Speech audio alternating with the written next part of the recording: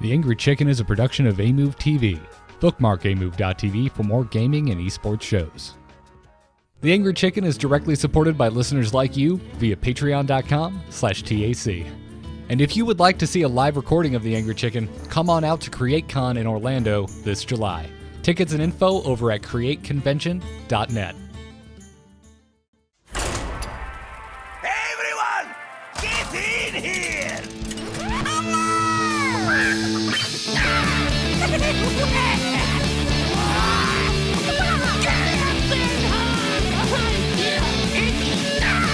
Ready for action! I've got the beast in my sight. A podcast about Hearthstone, Heroes of Warcraft. This is The Angry Chicken.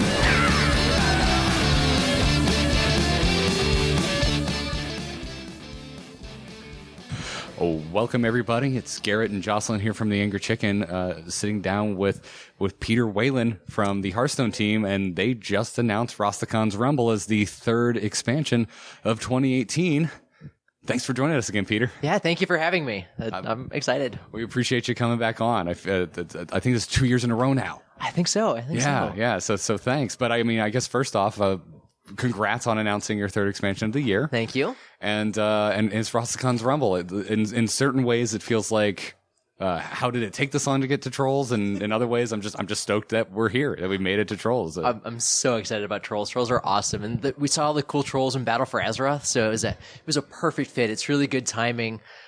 Man, it's one of those things that's been on the table for years that we've been talking about. Let's do Trolls. Trolls are really cool. Yeah. And this was exactly the right time for an expansion that's really centered around World of Warcraft and the stuff that they've done over the years, and also the stuff they've done more recently.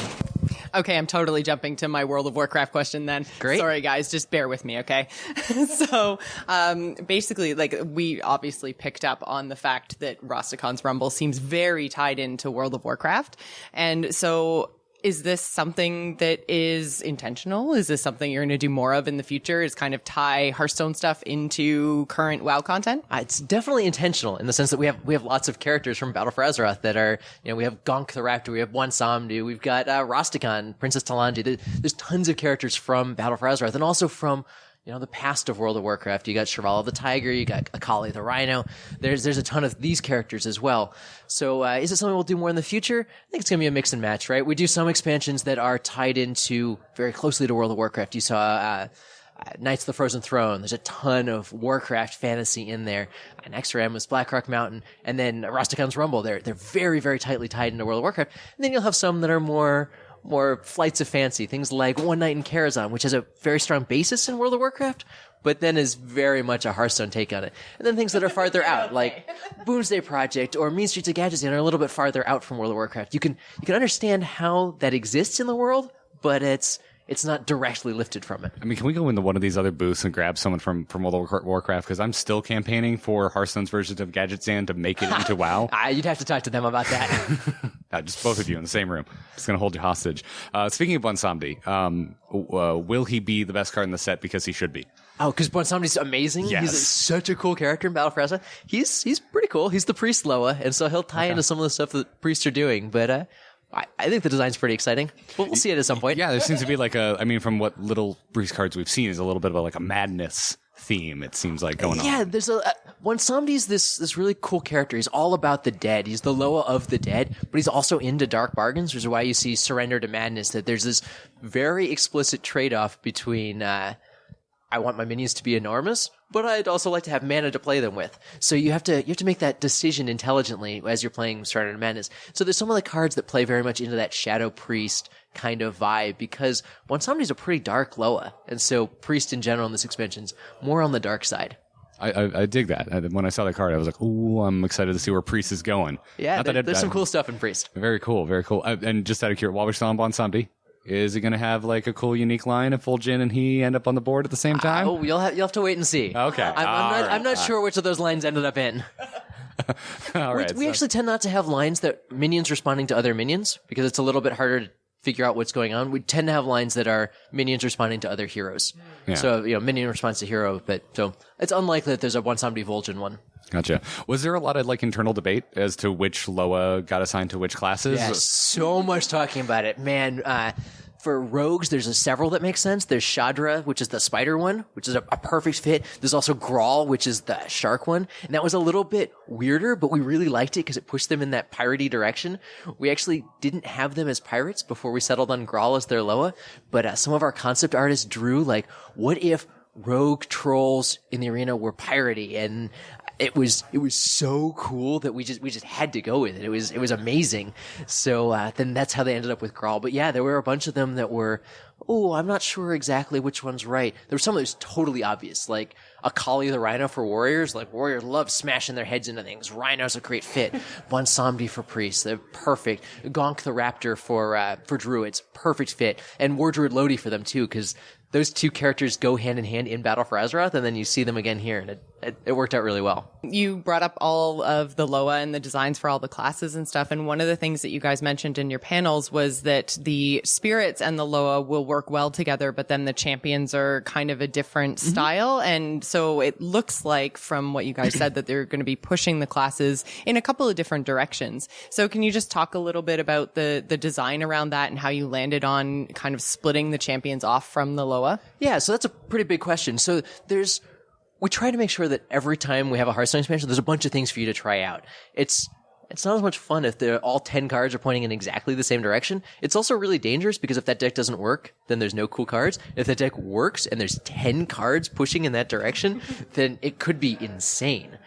So we try to make sure that there's some cards that push in one direction, cards that push in another direction. You've seen Hexlord Malakras is the troll champion that we've revealed. He's the 8-mana 5/5 legendary battlecry. Add a copy of your opening hand to your hand, and that's its own design. That's a cool thing. That's not in the same direction that Jan'alai or Jan'alai's spirit go in. So we try to have a lot of different things for you to experiment with in each of the classes that you see. Even in Rogue, you've seen a Spirit of the Shark. The Spirit's the 0/3 minion, stealth for a turn, and your minions' battle cries and combos trigger twice. And so that pushes you very much in a battle cry and combo direction. You want to put cards in your deck that synergize with that. And then, since that's the Spirit, their legendary Loa also synergizes with that, Grawl the Shark. We haven't shown off what that is, but it'll be cool in a deck that has the Spirit. On the other hand, you've got Captain Hooktusk and the Pirates that are the thematic tie-in to Grawl, and they are very much more pirate related. You've seen Cannon Barrage. Captain Hooktusk is a pirate because you've seen that art. Cannon Barrage cares about having pirates, and so that's another thing that Rogue is doing in this expansion. It fires 3 damage at a random enemy and then 3 more damage because each of your pirates helps out for each pirate you control. And so there's several things going on in Rogue, both Cannon Barrage type things and also the Spirit of the Shark type things. Okay. Well, I find that fascinating. The whole talk about how you don't want to double down too much on one thing, so there's experimentation. Because I did come here prepared to ask you about how you decide which mechanics from previous sets continue to get some love in additional sets, and which ones kind of get cut. For example, say Joust, or even most recently Magnetic. We haven't seen a lot more of those cards, but we've seen a lot of new Discover cards over the history of Hearthstone since it was introduced. Yep, Russian Lifesteal too. There's some mechanics that we want to do forever, that we want to just have this is a part of Hearthstone. Hearthstone's better because this mechanic's always around. There's also mechanics that we love, and I actually think Magnetic's a great mechanic, and it's a lot of fun. I think Echo's a great mechanic too, that I would be happy to have forever, but there's a dangerous thing in increasing the complexity of the game by adding lots and lots and lots of keywords. You just keep adding them and they never go away. That's pretty dangerous. But one of the things that's really nice about Standard and Wild and that split is that we can keep Standard without infinite keywords all of the time.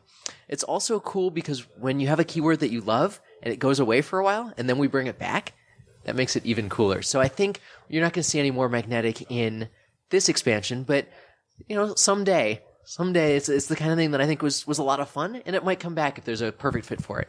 So Joust is coming back, confirmed. I mean, we've done variants on Joust in the last couple of years, right? There was the Spell Joust from Kobolds and Catacombs. It didn't say Spell Joust on the card, but it was, reveal a spell from each player's deck. If yours costs more, you get a copy of, or you get to draw it. That was the Raven, I think, and that was cool. That was a cool card, and that's the kind of thing that we like to bring back when there's opportunities. Yeah, and now I feel like we probably should have asked ahead of time if you can even speak to this, but because of when we're recording this, we still haven't heard too much about the single player. This won't be going up until after the panel actually goes live, but Oh, good, cool. So we are good. So Great. what can you tell us about the new single player for Rastakhan's Rumble? Yeah, so there is a new single player. It's very much in the style of the dungeon run experience, where you're going to play as Ricard, a new troll challenger in the arena, and he's going to pick his team. And as you pick your team, you get a shrine that goes with it, which is a card that has a powerful build-around effect, a little bit like the spirits, except when it dies, it goes dormant. It doesn't work for a while, and then it comes back to life. So that's what we're seeing at the Brawl demo, here today. Okay. Exactly. And so then you'll battle against the other 8 teams, the ones that you didn't pick, in a very dungeon run style thing, and then you'll be the champion of the arena, or you'll be the loser and somebody else will be the champion of the arena. But you'll be the champion of the arena. So when you talk about a dungeon run style, does that mean that when you're going through and going champion to champion, there will be like a deck building portion after your first battle? Then you'll be able to choose additional cards to add to it. You'll be able to choose some awesome players to add to your team. And where we had treasures in the past, now you'll get some star players. Oh, you'll get like allies. Exactly. And you'll be able, those are minions, of course. Obviously. And then you'll be able to have upgrades to your shrine as well as you go through it. And you'll see a lot of that in the panel as well. That thing upgrades? Oh, yeah. Oh, okay, yeah. guys, yeah, the shrines are really, really, really powerful. Just be prepared.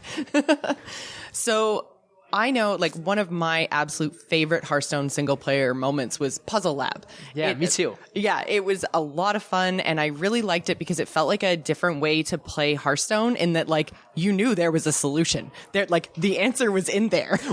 We promise, guys, even if it doesn't look like it. Exactly. So I really liked that kind of playstyle in the world of Hearthstone.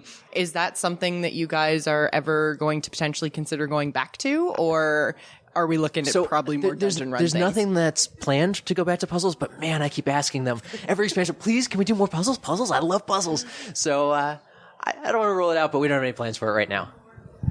Gotcha.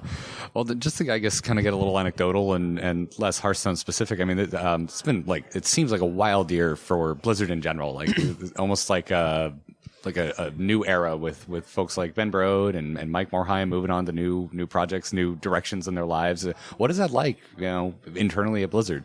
So, I mean, Mike Morhaime is fantastic. He's been a phenomenal leader for Blizzard for years and years, since I was a kid and loved Blizzard games. So, yeah, he's been an inspiration for a lot of people. And so he's taking a step back and taking a slightly different role at the company now, and Jay Allen Brack is going to take over. And so certainly on a day-to-day level, that hasn't really impacted Hearthstone, and I think everyone is excited about the team culture that Mike Morhaime has built for Blizzard, and also the team culture that the Hearthstone team has as well. And so that's a really important legacy that he's left for us, and I think working at Blizzard is amazing, and it's going to continue that way. Right, that's awesome. And I believe it's out now. I could always cut this at the end. But how is it with the new game director? We've just heard that Chris Siggety has taken over. Chris Siggety is the executive producer for Hearthstone. Oh, executive producer. Okay. Executive producer for Hearthstone. Yeah, he comes from a long line of Blizzard games. He's worked on tons of stuff, and he's fantastic. He's a great guy to work with. Yeah, I heard he's pretty hardcore about Hearthstone. He loves Hearthstone, and he's just an amazing guy to work with. I hadn't had the opportunity much in years past, but he's great. I really have enjoyed it. One of the things we didn't mention was overkill, which is the new keyword in the expansion.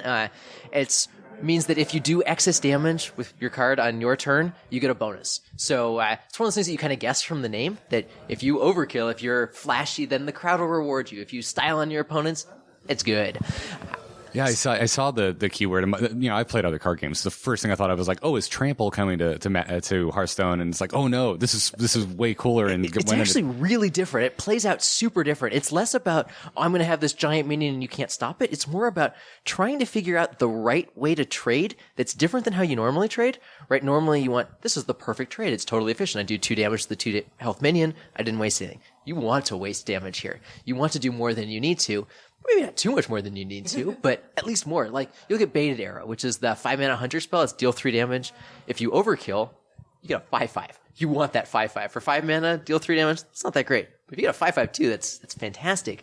So you actually trade in different ways than you would have otherwise. You find different targets for it than you might have in the past. And it's one of those mechanics that's simple to explain, and you kind of get it from the name, but it has strategic implications, and that's great. That's exactly the kind of thing that we want, is easy to learn, but hard to master. Yeah. I don't know how much you listen, but we theory craft a lot about different mechanics and things we'd like to see in Hearthstone. I don't think we've ever come to anything close that was like overkill. So once it was cool. debuted, I was like, that's cool. I want to play with that. We were really excited when we found it in design and got to play with it a bunch. It's a really cool mechanic. I really enjoy it. And I'm just excited about Rastakhan's Rumble. I think the vibe is really cool. Seeing all these characters in Battle for Azeroth, seeing them in Hearthstone, and being able to pick your team. All of the teams feel so different, but also so unified within them is really cool. Like which team do you want to root for, and how is that going to manifest itself in your gameplay? Is a lot of fun. Great. Well, I think that's pretty much going to do it for us then. So thank you so much for joining us, Peter. Thank you. So, hey, everybody. We're at BlizzCon right now, hanging out in a hotel room, which is drinking bourbon. Nothing weird is happening here. And so we're hot off the heels of our interview with Peter Whalen, which I don't think we've decided if that's going to be first or, we'll probably just run it at first. So run it first, yes, You probably exactly. just saw us talk to Peter Whalen. And he's a fun guy. I love talking to Peter. He is probably the most enthusiastic member of the Hearthstone team. Like, he always just seems like he is living his best life in a Hearthstone world and is super stoked about it. Yeah, he's always very into whatever it is they're working on. I don't even know where he finds all the enthusiasm. It's like he just loves everything all the time. It's amazing. Yeah. So, but BlizzCon's kind of winding down. We're doing this before we're gonna go back and watch like the HGC finals, or at least part of it. We're missing some of it right now, so that we can talk to you, fine folks at home. Or maybe you went to BlizzCon and you're like, oh damn, they did it at Angry Chicken. So what happened was this year there's no guild hall. Yeah, so unfortunately, we didn't have our normal recording space, so we weren't able to actually do our BlizzCon episode live, but still wanted to put something together for you guys because we got a new expansion announcement, so that's always big news. So, I mean, we got to talk this through. Yeah. So I guess before we get into Hearthstone specific, we knew it was going to be a quieter BlizzCon year. So with that in mind, like, I feel like if you were like Diablo 4 confirmed, Illuminati, tinfoil hat, rubber pants, it was going to, you probably walked away disappointed, but I feel like coming into this, most of it were like, yeah, it's it's just it's a normal year at Blizzard.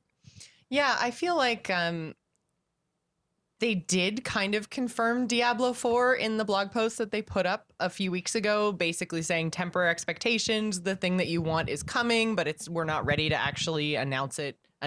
So it was like an announcement of a non-announcement, basically. So I feel like we actually did get confirmation that they are working on these larger PC products in the Diablo world.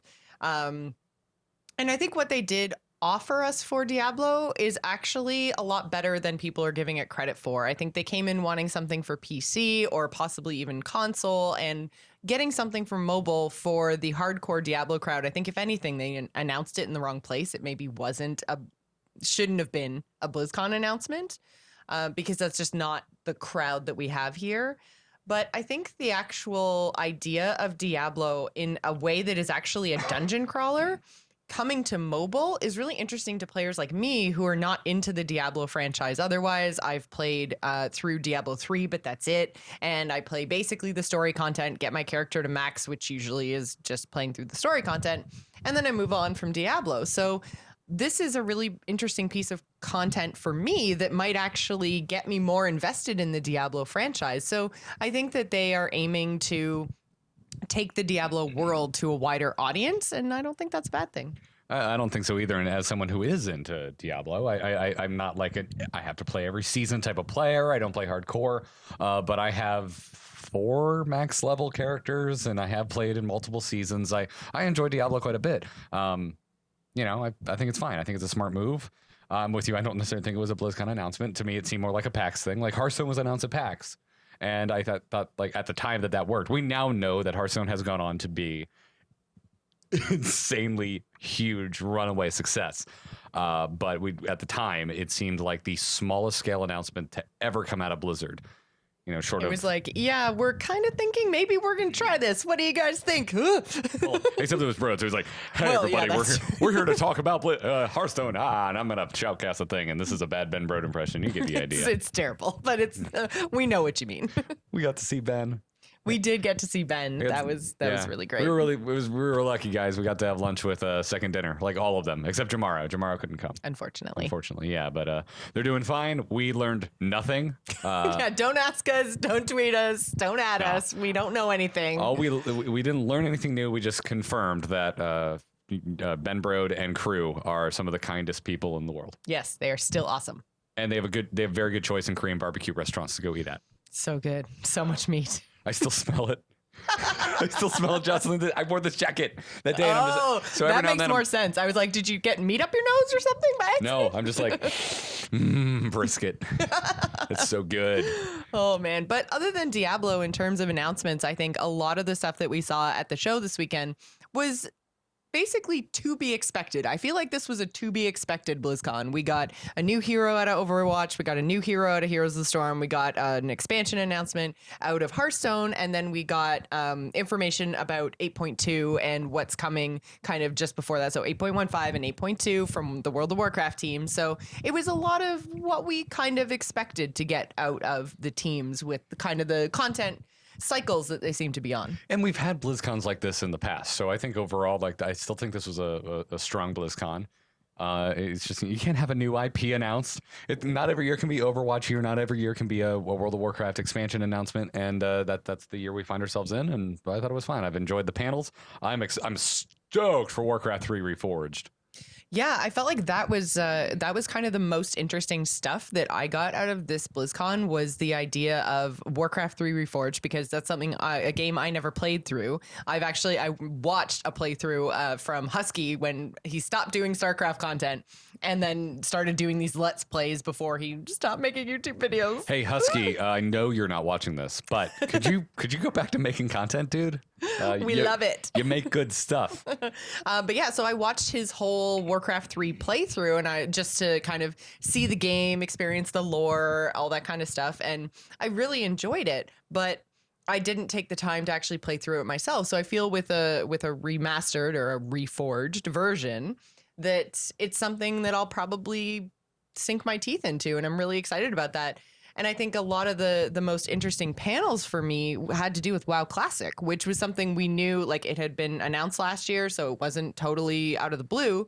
But we got more information because they basically, other than the patch number, hadn't told us anything heading into this week. So yeah. I mean, we knew Ajara was coming, right? Like we knew that was going to happen. But that was the big Warcraft thing, right? Is that I feel like they've been doing a pretty good job of telling the story, which means we've been doing a pretty good job of predicting the story. So there wasn't anything in the Warcraft panel that was really that surprising.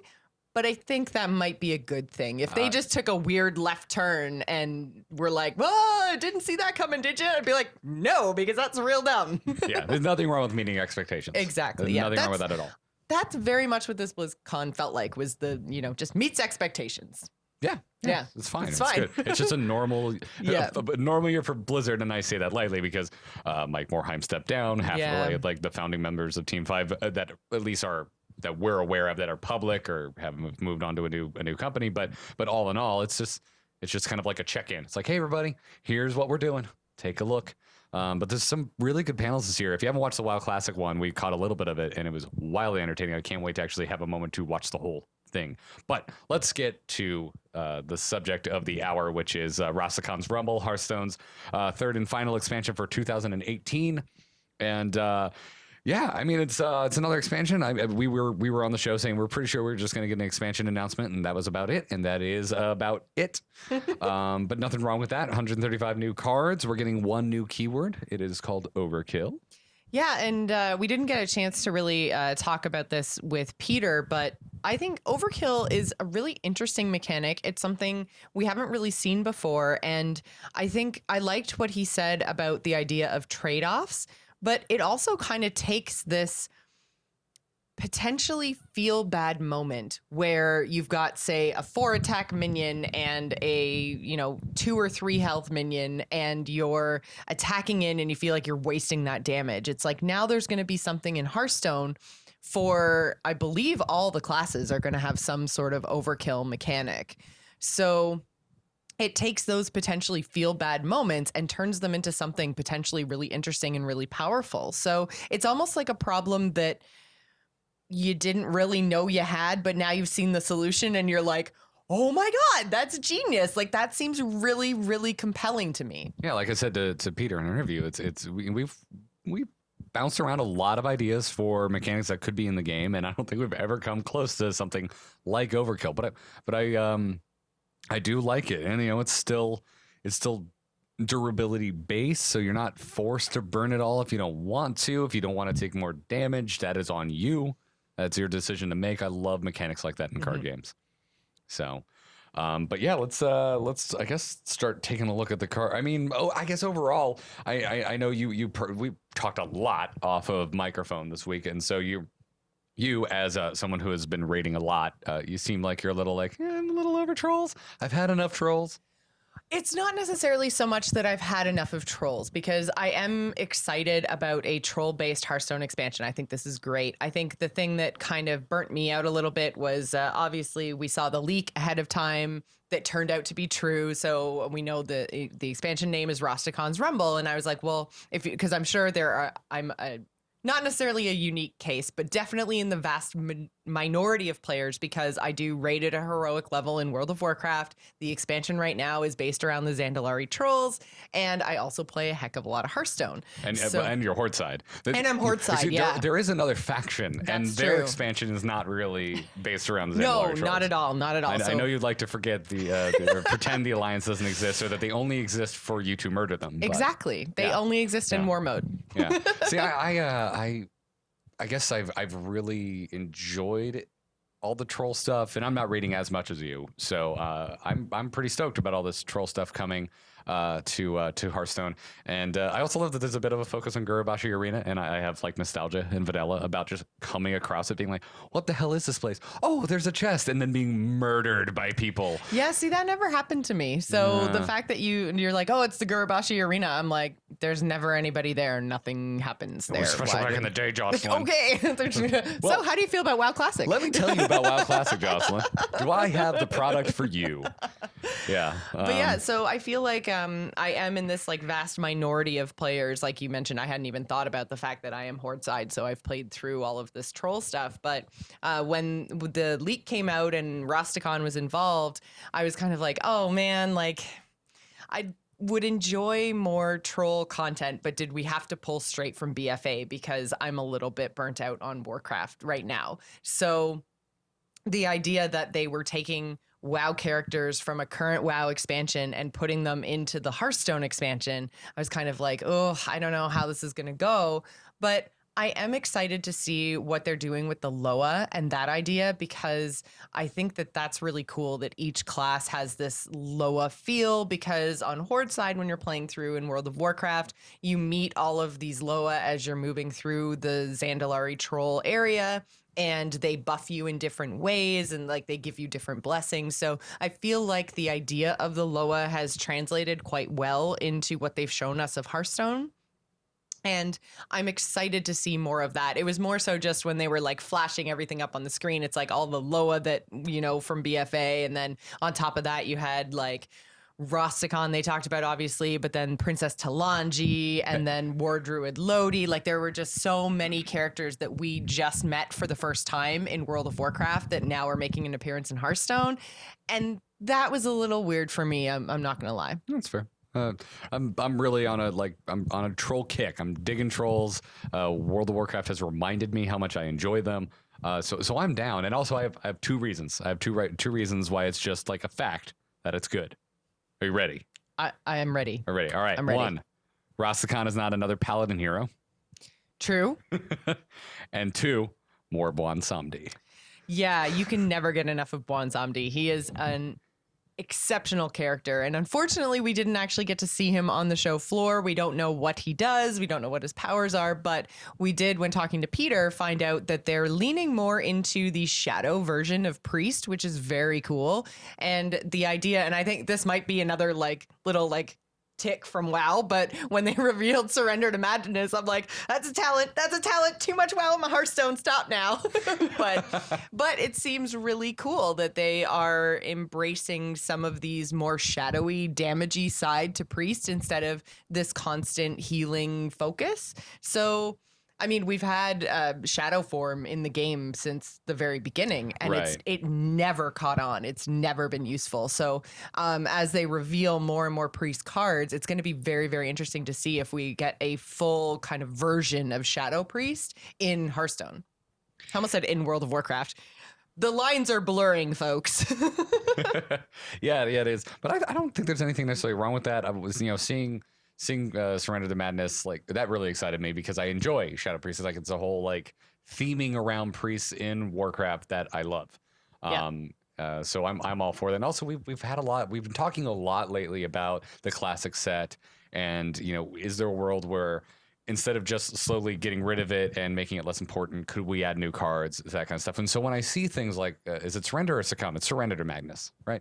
Surrender, right? I don't know why I keep thinking like Succumb to Madness. When I see that kind of stuff, my brain also kind of goes there. I'm like, there's still a lot of well-known Warcraft things for each class that we haven't even begun to touch on yet. And I'm not saying that like they should save those and make it for the new classic set. But when we think of like, well, what would Mage look like without Fireball? When I really think about it, there's probably plenty of more things that are very much in the Mage wheelhouse that we have to play with. Yeah, and I mean, the stuff that we did see about Mage, speaking of what they'd be like without Fireball, I'm sure Fireball is going to go in like all the Mage decks, but what we did see is a very fire-based Loa, a very fire-based set. We saw the, what was it called? The Pyromancer. Pyromaniac. The 3-mana 3/4. Yeah. So it does seem like they're leaning into a fiery type mage, and the idea of interacting with the mage hero power and all that kind of stuff. I think that there's a lot of space, or a lot more design space than we realize when it comes to if they were to replace the classic set. I think that there's a lot of stuff that they could put in there that would still be useful and true to the class without having to be straight up Frostbolt, Fireball. I'm glad you bring up Pyromaniac because we were talking with Peter about not coming back to past mechanics, and we didn't mention Inspire, but here is another way to interact with a hero power directly through a card effect without the keyword. It doesn't have to have Inspire on it. And also this wouldn't work for Inspire because Inspire is like anytime you use your hero power, and this is a very specific when you do a thing with your hero power. When you kill something with your hero power. And I like that. Which, I mean, that's going to have some really interesting potential synergies with Frostless Jaina while these are still in the same standard year too. And I mean, obviously always in wild, but the idea of, like you want to use your hero power to kill a minion as Frostless Jaina. Now you want to do the same thing when you've got Pyromaniac on board. There could be some really cool potential, ping mage maybe becomes a thing. I mean, it does feel a little win more to me. Like I feel like if you're drawing cards and making water elementals, it's like you didn't need to draw that card. Yeah, you're making water elementals. Things are going well for you. But but in a deck where you have like, I'm thinking kind of like a big spell mage kind of thing where you want a lot of minions, you want to draw cards, you have spells like Blizzard that kind of soften up the board, then having an additional value to your ping is probably something that would find a place in that deck. Yeah. No, absolutely. But we're getting a little bit ahead of ourselves because I definitely jumped into talking about cards and I didn't mean to because there's I mean right now if you're I guess it'll be too late now, but if you're listening to the sound of my voice, don't forget to log into Hearthstone because there's some freebies right now. Oh yeah, I should probably do that. You totally should. Yeah, we'll take a minute and log into Hearthstone. After this, we're gonna take a break. After these messages, we'll be right back. Is that a jingle? Is that a Canadian jingle? Yes. I've never heard it. Oh my god. Tripping over shit. Tripping over shit. Tripping over shit. Cause I'm tripping over shit. Shit. Where's my phone? Shit. Damn it. Phone. Shit. Damn phone. Where are you? I am leaving all of this in the episode. Welcome back, everyone. I found my phone and more bourbon. So this is. I want to go back and listen to this episode and see if we actually become drunk during it. That'd be fun. But speaking of logging in to get some freebies, they did release the fact that we're going to get a lot of cool stuff actually with this expansion. And this is something that we've talked about a lot with just the idea of the cost of Hearthstone and with so many different legendaries and things, just being able to build decks and try everything out. So we're actually going to be getting a legendary Loa specifically. So the Loa are minions. And actually, I thought that the challengers, like the champions, were hero cards. Only one of them is a hero card. The rest of them are minions. So you'll be getting one Loa and then 2 spirits from that matching class. So you'll have that Loa spirit synergy going right away for free. Okay, so it's like a little Cthulhu. Yeah, it's kind of, that's a good way to think about it. Yeah, it's in my head recently because it came up on the World of Podcast panel that we did the night before BlizzCon, yes. And we were talking. Someone someone asked what we thought the best like kind of launch of expansion freebie we got was, and pretty much the whole panel we were unanimous that it was Cthulhu. So the difference here will be that everyone will get a different Loa. So it's not a set, like not everybody gets one zombie. Yeah. So there's still, there's still some variety there. There's also still risk because like all Loa, I'm sure will not be created equal. Same way that not all Death Knights were created equal. I got Scourge Lord Garrosh and I was like, oh, this is lame. And you and Dills were like, oh, he's not that bad. And it's like, no, I think I got Uther. Yeah. Oh yeah. But Uther's at least Uther cool. Uther was fun and he was very much a build around, play around type card, but he was not like Frostlich Jaina or Gul'dan. He wasn't meta defining. Or Rexxar, yeah. Rexxar after the fix. Hey, Rexxar's not. He's out next rotation, right? Yeah, all the Death Knights are rotating in April. I'm done with Rexxar. Oh, I'm done. I love Rexxar. I love him too. I'm just ready for him. Ready for him to retire. Kel'Seth especially. Oh yeah, but you can't blame Kel'Seth on Rexxar. But they're from the same expansion, so so other than the legendary Loa card that you'll be getting and your 2 spirits, then there's also going to be 6 card packs up for grabs. So they're giving us a nice kind of bump at the beginning of the expansion of free stuff. Yeah, I mean, I'm coming out of this year, 2018 of Hearthstone, thinking, yeah, good job, you upped the freebies. I think they've done a good job upping the freebies, and yeah, of course I want more. Who doesn't want more free stuff? Obviously. But I think they've been doing an okay job. I like it. Definitely more than usual. So Shirvallah, the Loa that we did see, I don't think Shirvallah's that great. Shirvallah is really interesting because we've seen mechanics like this before that have involved the number of spells that you cast, like Praise Yogg. And we haven't seen... I'm just scowling. I really hope that the camera picked up that scowl because it was hardcore. But yeah, so this actually interacts with the amount of mana that you've spent on your spells. So you can kind of chunk down the cost of this card a lot faster than just straight up counting the number of spells you played. So this doesn't have to go in a straight up like spell paladin deck. And as far as I know, since the base cost of this card is 25, you could even take a look at maybe throwing it into an odd paladin type mix. I don't know if it would work there, but I mean, odd and even is something that we really have to take into account for the next couple of expansions. That's the only place where I think I'm like, oh, okay, maybe this card is good. Because I see like Divine Shield, Rush, Lifesteal. I'm like, why is this card 25 mana? Why do I have to build around it to cheat it out? Because that's not that great. However, even Paladin has just made a big resurgence in the meta, and huge swingy lifesteal turns. Well, this would be odd, not even, because 25 is an odd cost card. Sorry. It's okay. Sorry.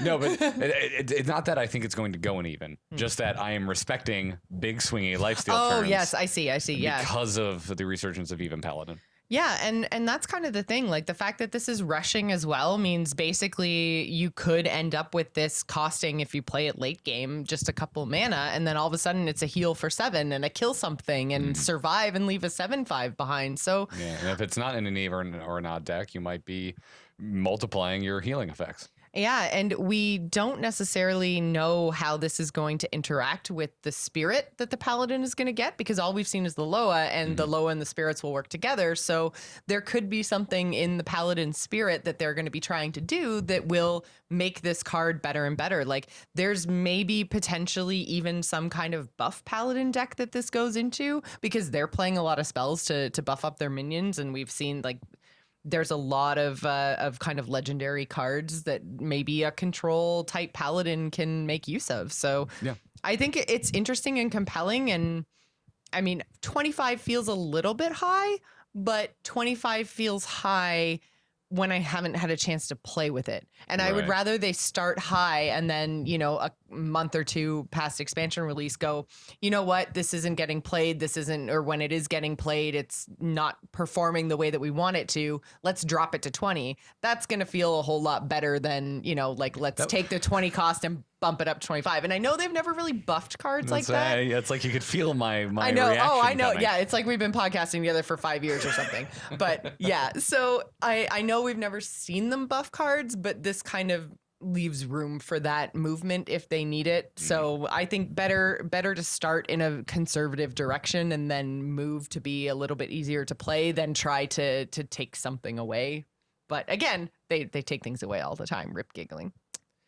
No, not Rip giggling.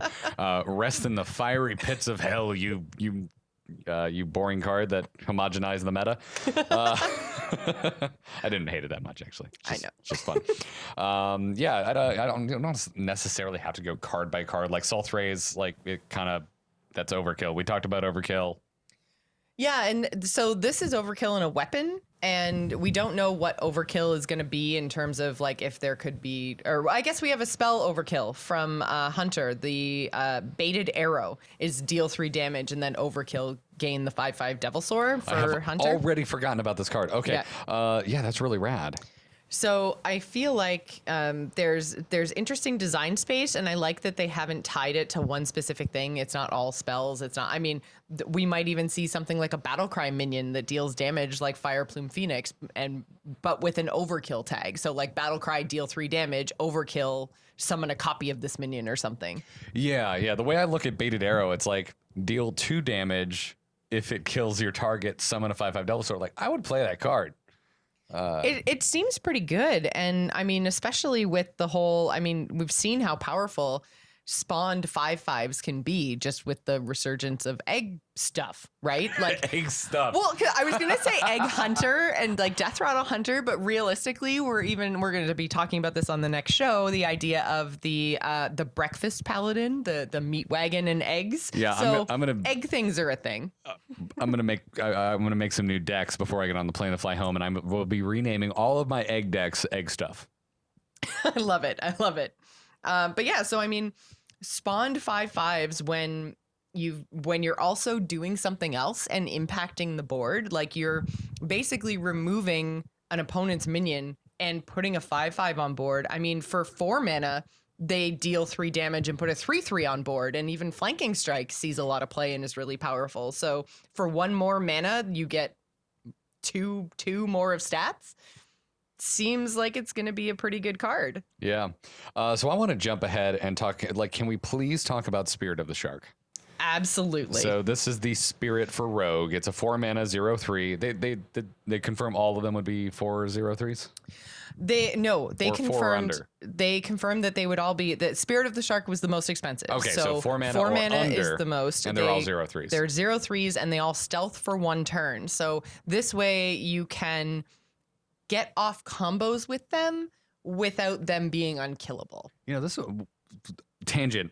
This almost makes me want them to do some type of formatting or design language for the title of cards. Like, I feel like Spirit should be a different color, and we don't need the stealth for 1 turn. Like, we just know that all if it's a spirit, it does for 1 this turn. thing. And if you Yeah. hover over the card, it tells you it like a keyword. Yeah. Sorry, just small tangent. No, it's a good tangent because I think, yeah, that would be great. And I mean, we're not getting to Magic levels of text on cards, No. but they are starting to seem a little bit crowded. So, I mean, we've got stealth for 1 turn, your minions battle cries and combos trigger twice. And I think this is really interesting too, because I love that they're combining battle cries and combos together. Like, that's a really interesting rogue mechanic, I think, because I mean, it won't matter for things like Vilespine Slayer, which is extraordinarily powerful for its effect. Like, that can't trigger twice. Like, Right. that would be insane. So, but then things like Cold Blood could. Yeah. I've been playing a lot of Magic the Gathering Arena, and I have not played Magic in about a year. So Arena's gotten me back in and reminded me how much I like that game. And I enjoy the individual card complexity. There are definitely cards that go way too far. And I'm like, all right, I've been staring at this card for 5 minutes and I'm still not sure how it works. Like that I don't need Hearthstone to get to that point. And we've talked. We're sad about the cancellation of tournament mode and whatnot. And I think you and I were both going into BlizzCon being like, it's just going to be an expansion. It's not a big of a deal. But if they're not adding new game formats, I am excited to see the increased complexity in individual cards. And when Spirit of the Shark came up, my first thought was, holy crap, that's a really good card. But also was, yay, a little extra complexity, because there's three bolded keywords in the body text of this card, and that excites me. Also, that's a really good effect for a rogue. It really is. And I mean, we've seen how powerful multiple battle cries have been with Bran. So I think that, this could be a really interesting deck for Rogue that isn't necessarily going to be the same as, the pirate build. So again, this comes down to something we touched on in the interview with Peter, is the idea that there's going to be multiple ways to play each class. And I liked what he said. I found it kind of interesting. As much as we've said we wish that they would kind of double down on mechanics in some cases, or give us more cards. Like we wanted more magnetic. We wanted, maybe things, keywords, mechanics would work better if they gave us more of them. But I did kind of like his answer where he was like, if we only go in one direction, then there's always going to be a chance that it's the wrong direction and it's weak or too powerful. And either way, that's not good for the design of the game. So I really liked that answer. I do too. I feel like we've been at odds with a lot of the messaging from the team lately. And when he said that, I'm like, man, I think that's a healthy core value for the design of this game. And also One Direction confirmed as the closing band for BlizzCon 2019. Better than Train. Hashtag. While we're on spirits, let's just talk about Spirit of the Bat real fast, because we did get to see the Warlock Spirit, and this is going to cost 2 mana, have 0 attack, 3 health, stealth for 1 turn. I should just stop saying that for spirits. And after a friendly minion dies, give a minion in your hand +1/+1. So a little Mean Streets of Gadgets Annie for the God, what were they even called? I don't remember anymore. The Grimy Goons. Grimy Goons. Yeah, it didn't really take off. Paladin had it for a little bit. We were kind of messing around with it, but it certainly was not the dominant. Were we calling them guilds? I don't remember. They were like gangs. Yeah, gangs, factions, guilds. It wasn't the dominant gang of Mean Streets by any means, but I think it was really cool. We've been talking a lot about wanting to see a return of less popular effects, and I'm glad to see that here. I don't know how good it's going to be. This seems a little more conservative to me compared to Spirit of the Shark. It does, and I think it has to be, because this feels like something that could just run away with games. Zoo. Yeah, exactly. And it's 2 mana. That's the first place my brain goes. Yeah, and it goes so well with the Loa Hyreek, because he is an 8 mana 1/1, which sounds absolutely awful, obviously, but you fill your board. So this doesn't even say, like, there's no condition on how many of these things that you're going to actually summon. Like, you just, for every empty space on your board, you're going to get a Hyreek, and it will be copies of the minion. So if you've buffed up your hand, and Zoo has ways to buff up their hand right now outside of what we're going to see in this set. So outside of Spirit of the Bat, and I'm sure that we're probably going to get 1, maybe 2 more hand buffy type cards that are going to work with the Spirit and work with the Loa. So I don't think it's going to be out of the realm of possibility to get your Hyreek up to like even 7/7 or 8/8. Like, I feel like that's going to be very doable. And then you're going to have a whole board full of 8/8s. And if you aren't another Warlock with Twisting Nether or a Paladin with Equality Consecrate, like, how do you even deal with a board full of 8/8s? Yeah, and then God help you if you you just have a board full of Hyreeks and you have another Spirit of the Bat in your hand, and you just start trading in all your Hyreeks, even if you don't get to buff it. It can be an engine for your Spirit of the Bat. Granted, again, 8 mana. I'm getting away with it a little bit, but yeah, it's an interesting thought if your perfect plan doesn't play out. And also, this is the only, correct me if I'm wrong, this is the only example we've seen of being able to see both the Spirit and the Loa coming out of BlizzCon. Correct, yeah. So hopefully we'll get more of that soon. They gave us an expansion release date, so we know that's coming December 4th, but we don't have a I guess, card release schedule out of them yet. As far as I know, we are recording while the single player content panel is happening. I don't know if they'll give us any more tidbits of information. It seems like a weird place to give us a card release schedule, but you never know. You never know. You never know with BlizzCon. Yeah. Sometimes they just mix things together because they only have so many panel slots that they can fit things into. Exactly. But the last thing I want to say about Harik is that the biggest way that Warlocks are buffing their minions in hand right now is based on it being the leftmost minion. And so I think it being 8 mana is a good thing in that way. It means it's going to stick around in your hand. It is very likely that Harik is going to be the leftmost minion in your hand. That's a really good point, and something I hadn't actually thought of is I said this on the show when they introduced it. I love that they're playing around with like hand positioning, even though we can't rearrange our hand. And now that they've given us spells like that, I can see why they won't let us rearrange our hands.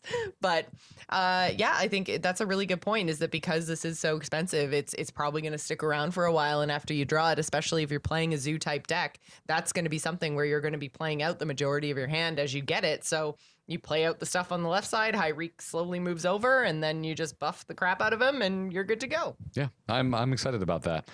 We talked a little bit about Surrender to Madness, but we didn't really say what the card was. We didn't. It's a 3-mana epic spell for priests, and it reads, destroy 3 of your mana crystals, give all minions in your deck +2/+2. What is even happening with priests in this expansion? This is very, very, very much along the lines of the talent in World of Warcraft, where basically what Surrender to Madness was this huge trade-off between your normal void form and death. So you would hit the Surrender to Madness button, and as long as you could maintain your void form, then you were still alive, but the second you fell out of it, your character would die.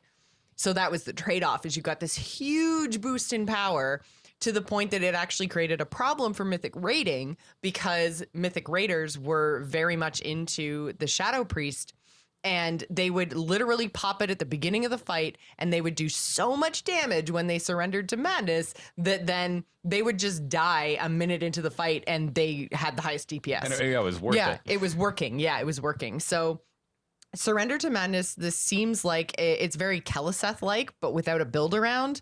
But it does have that trade-off of you lose 3 mana crystals. Yeah, but also you can put 2 of these in your deck as opposed to 1 Keleseth, so it makes it much more consistent in terms of drawing it.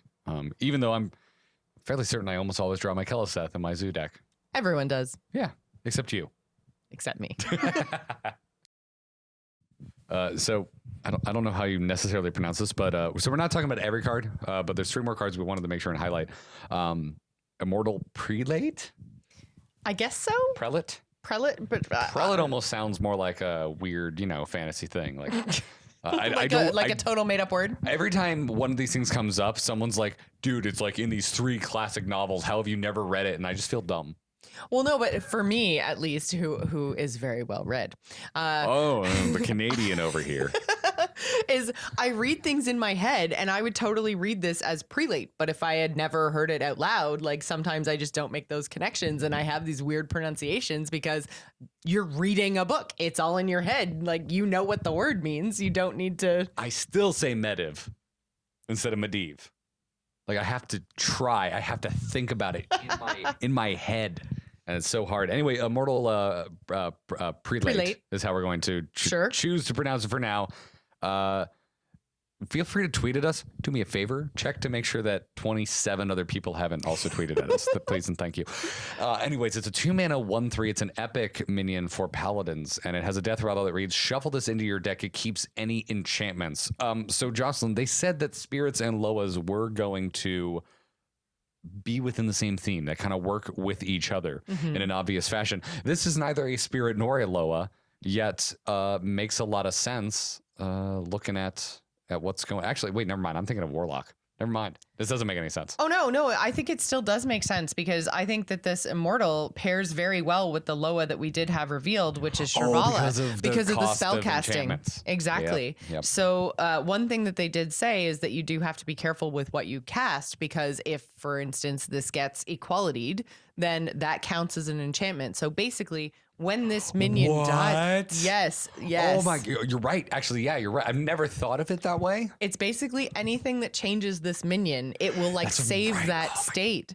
That's brilliant. What a cool choice of words, because we've had other paladin cards that's like keeps any enchantments you cast on this or anything cast on this or minion. Or any spells cast on this minion or targeting this minion. It's some wording along those lines. Right, but this isn't that. It's like any enchantment anything that that happens to this. Yeah. Also, it would like help you, God help you if you're against another paladin that's running Consecrate. It's not up to you. Yes. I'm not 100% sure if Consecrate would be the same, because Consecrate damages your minions. Or as not opposed Consecrate. to, I meant Oh, equality. you meant equality. Okay. Hey, guys, the bourbon's catching up with me. Because I was going to say, I'm like, that's straight up minion damage, and I don't think that this would save its minion damage, because then it would just show up in your hand and die. Possibly get overkilled. Maybe this is a buff for your Consecrate opponent. definitely does not count. I've said the wrong. Equality and Consecrate are clearly linked in my mind. Obviously. Hey, I think I might also keep Wild Pyromancer. But yeah, so this is really interesting because it's basically a minion version of Kingsbane. So Rogue has had this for a few expansions now, where they have this weapon that goes back into their deck and keeps all the buffs that you put on it. So it's interesting to see it in another class. And I think that this is the first example that we have of a minion that isn't the Spirit or the Loa, but that supports that kind of deck style. So like I say, I think we're going to have probably 4 cards, I would say, that are straight up meant to play in a Spirit Loa deck. And then we'll have some support for the champion decks, which will be different mechanics, different style of play. So I think the Immortal is really interesting. And 2 mana, 1/3, I mean, they're getting away from 1 mana, 1/3, so yay. But yeah, I think there might be some sort of cool buff paladin spellcaster type deck. It's well statted for the cost, for the direction this is clearly heading. Well, you don't want the base to be too strong when the point is to buff the base, right? So you want it to live. You want the ability to actually cast spells on it and do things to it without it dying, but you don't want it to be too powerful to the point that you don't even need to buff it and it's still playable, right? Yep. Let's also talk Void Contract. This is an 8 mana epic warlock spell, so you could put 2 of these in your deck if you wanted. And it destroys half of each player's deck.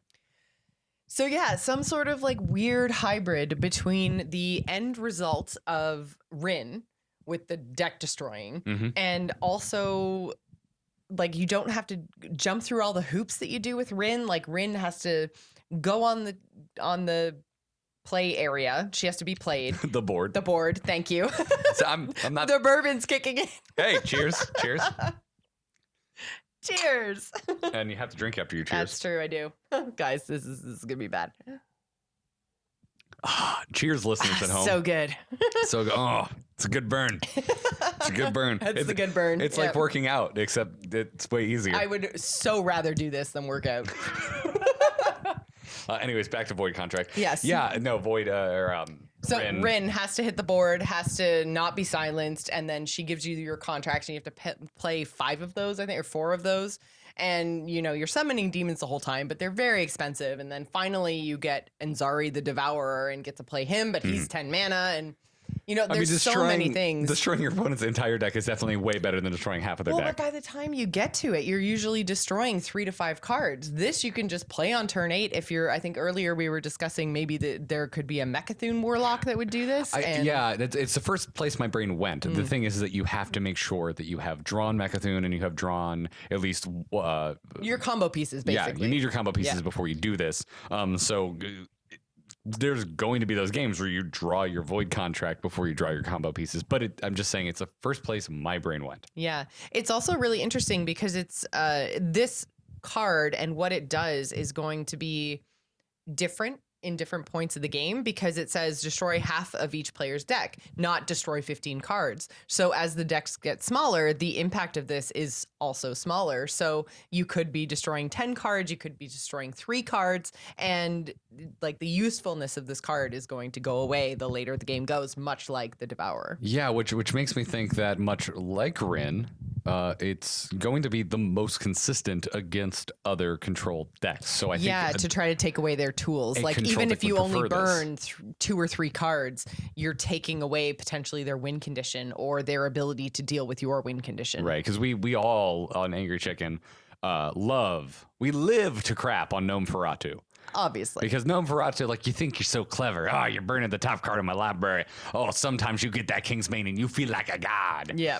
But or Shutterwalk. That could have just been a game where, well, okay, Bill. So they have ways to draw. Kingsbane's a bad example, but Shutterwalk is a good example because most people don't have targeted ways to draw, like guarantee they're going to draw Shutterwalk. It's just like, well, this was just a game where Shutterwalk was on the bottom of my library. Unless it goes to all, like you go all to the fatigue. way to fatigue, yeah. Getting rid of one card is kind of irrelevant, and even in this scenario, unless it's the game's going to go long, it's arguable the effect or how strong it is to get rid of half of a deck. Yeah, and I think that this might be the kind of card that we see a lot of tournament play just for that reason, where or you're targeting a specific deck or a specific lineup. So if you really want to drill down and target control lineups, Void Contract is probably a tech card that is going to make it into your tournament deck. But if you're playing on ladder, I mean, this against aggro is total trash. Like you would never, what's the point? Yeah, kind of. I mean, ladder is rogues too volatile. right now. Some rogues are intentionally just getting rid of the rest of their deck. Exactly, and winning games doing it. Like Myra's Unstable Element is incredibly powerful in a lot of matchups for Rogue because they know if the game gets to turn 6 or 7, they are never going to win. So on turn 5, they draw the rest of their deck and then get rid of it, and they are probably going to lose anyway, so they don't care about fatigue, and they just try to find those couple of eviscerates or the Leroys and the cold bloods and try to kill your face. There's my Leroy. Yeah, cool. exactly. Okay, so now I win. Yeah, and I wasn't going to win this game anyways, so it's fine. So yeah, I think that this is feels very tech cardy to me and feels very tournament oriented, I think. I just think it's wildly interesting. It is. It's very interesting. I really don't know how effective it's going to be, if it's going to see play. But I think it's one of the most interesting cards that they revealed at BlizzCon. And then I think the last card we both want to highlight is Hexlord Malakras. This is the Mage Legendary. It costs 8 mana to play, has 5 attack, it has 5 health. But the most interesting on this card is its battle cry, because its battle cry reads: add a copy of your opening hand to your hand, except this card. Which is good, because that means you can't get like infinite value. Like if you mulligan for this and have it in your opening hand, this card would be so busted. It would be got a copy of it. super busted. So like, yep, here's my Frostbolt's back. Here's my, I don't know, Kieran Tor mage. I don't know, what are you keeping nowadays, mages? I'm sorry, you probably don't exist because Mana Worm is dead. Yeah, poor Mana Worm. I'm just saying we're bourbon. But yeah, so no, this is really, really interesting because it's a new kind of hand tracking and a new kind of thinking about the game and memory and thing that you have to employ to make this work, because you have to remember exactly what you had in your opening hand. Do you? Or is it just good? Do you just think it's good? Get a crap ton of cards. I mean, it's not card draw, but it's massive card generation. It is. So in your opening hand, depending on, I guess you'd get the coin back again if you had the coin. If you had the coin, yeah. So, I mean, you're looking at 4 cards that you get back, like huzzah. 8 mana is your opening hand. I wonder, and I don't think they clarified, does that count like your first card draw, or is that like your natural draw in the start of your first turn, or no? I didn't consider that, but I think it's good regardless. I think whichever way they go, you're right, yeah, it's still very good, because card generation has already been proven to be very good in Mage. Mages generate cards all the time, and they generate random cards all the time. Through Discover, or sometimes not even through Discover. Yeah, sometimes just as random effects, and it's still helpful to them. These cards still see play. So these are the I think you might be right. These are the conversations we've had over the history of the Angry Chicken with card generation, especially when it started happening with things like Unstable Portal way back in the day. Now, God, it feels like another lifetime since that card, but also the advent of Discover. And when it first came out, we were like, you're not getting a card that you put in your deck on purpose. How good could that be? It turns out very, very good, because it's just a card you wouldn't have had otherwise. And then also, God, it's just so interesting because suddenly cards you would never put in your deck on purpose still affect the game. Right, and mage cards have just been kind of historically pretty powerful, especially mage spells. Exactly, so and priests have already love generating copies of cards they put in their deck. Very, very true. So yeah, I think you might be right that this card just feels straight up good because of just playing the value game. And as long as there is still a value game to be played, then like, I mean, obviously this doesn't go in any kind of aggressive tempo, burn your face mage deck, but anything that might potentially be going to turn 8 to 10, then it seems like this would be a good thing to have. And I do still think that there might be some sort of new mulligan strategy. Like if I know that I have Malacrass in my deck, then am I going to be keeping a card that I want another copy of? Well, I would say that this card is interesting. That's not a wrong line of thinking at all. I can't think of an example right now. But yeah, I'm thinking like some weird like super control, like again, going to combo fatigue mage. Like or if a combo mage comes up, I don't know what the combo would be, but if at any point a combo mage becomes a thing, a lot of combo decks will keep the linchpin of their combo in their opening hand, no matter how expensive it is. Yes. Because it's just that important. So could you imagine keeping the linchpin of your combo and then also getting a second copy of it when you play Hexlord Malacrass? As long as your combo doesn't hinge around that, like hinge around having you have to have two copies in your opening hand or whatever. I think that's two edge case. Because but what a cool deck that would be, though. Yeah, you would literally know on turn 1 if you'd won or lost based on whether or not you got like the legendary you needed in your opening hand. If it was true, it's like, oh, there's a sick ass combo that wins me the game if I can generate a copy of this other. Like, I guess it would have to be a legendary would be the linchpin of that. Yeah, legendary combo. would be it, unless you had some sort of thing like think Molten Reflection, Sorcerer's Apprentice, where having like 4 or 6 of them are good. Right. Then you might want to like clone a non-legendary. But I guess my point is I'm coming out of BlizzCon with my thought is like most of these cards I think are up in the air whether they're going to be good or not, except for Hexlord Malacrass and Spirit of the Shark. I think those 2 cards are just amazing. Yeah, I agree. I think that they're both very powerful. I think that this set in general seems a little bit calmer than third sets that we've seen in the past. But I think that that's a good thing. There's powerful effects and there's complicated cards, and they're going to be around less time than everything else that we got this year. I think this year overall, we've seen significantly lower powered sets. Yeah. So this is in line with 2018 Hearthstone as far as I'm concerned.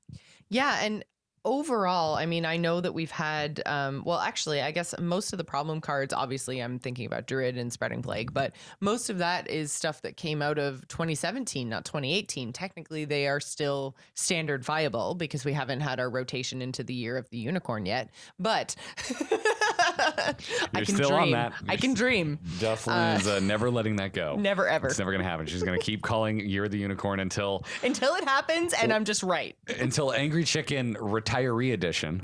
I'll finally get you and Dills to move to Florida, and we'll all do it while drinking our prune juice. I love it. I love playing it. Shuffleboard. And I still won't have Year of the Unicorn. And we'll be on Year of the not even existing in WoW creatures yet. And it's just, I still won't even get, not even a Corsair. We're not even going to have Year of the Corsair.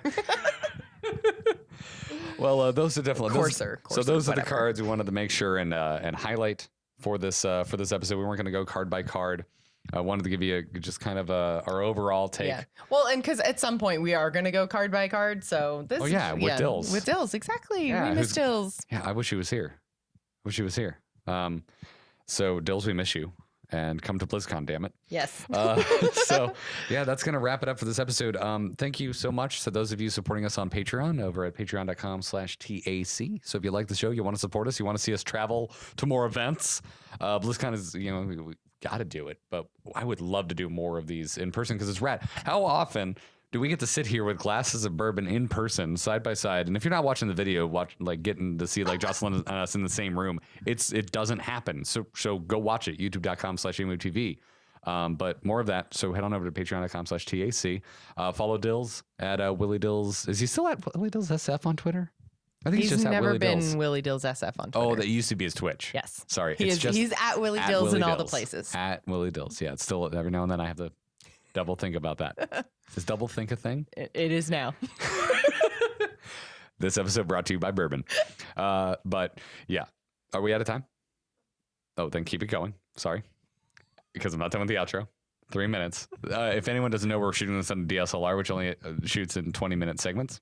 So that's fun. It's been really fun because we've literally been like stopping every 20 minutes and refilling our bourbons. It actually has worked out perfectly. It's amazing. It is good. It's good. So anyways, Joss Plays on Twitter. Yes, Joss Plays on Twitter and Twitch. Garrett Art on Twitter. And so go follow us all of those places. Hope you enjoyed this. If we saw you at BlizzCon, thanks for coming out and saying hi. Hope you enjoyed BlizzCon, everybody. We'll be back in a week's time with a regular, normal, sadly over Skype and not in person, drinking bourbon together. We can still drink bourbon. I like this. We can still drink bourbon. I like the bourbon chicken. We're now Kentucky chickens. That's what we are. Ooh, I like it. I do too. So with that in mind, first off, cheers. Cheers. Finish it. I almost drank to my mic. We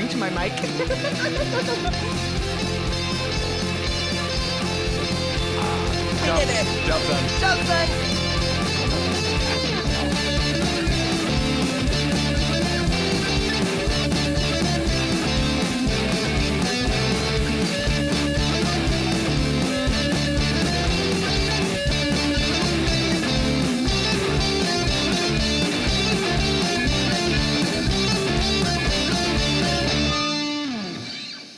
Job's done.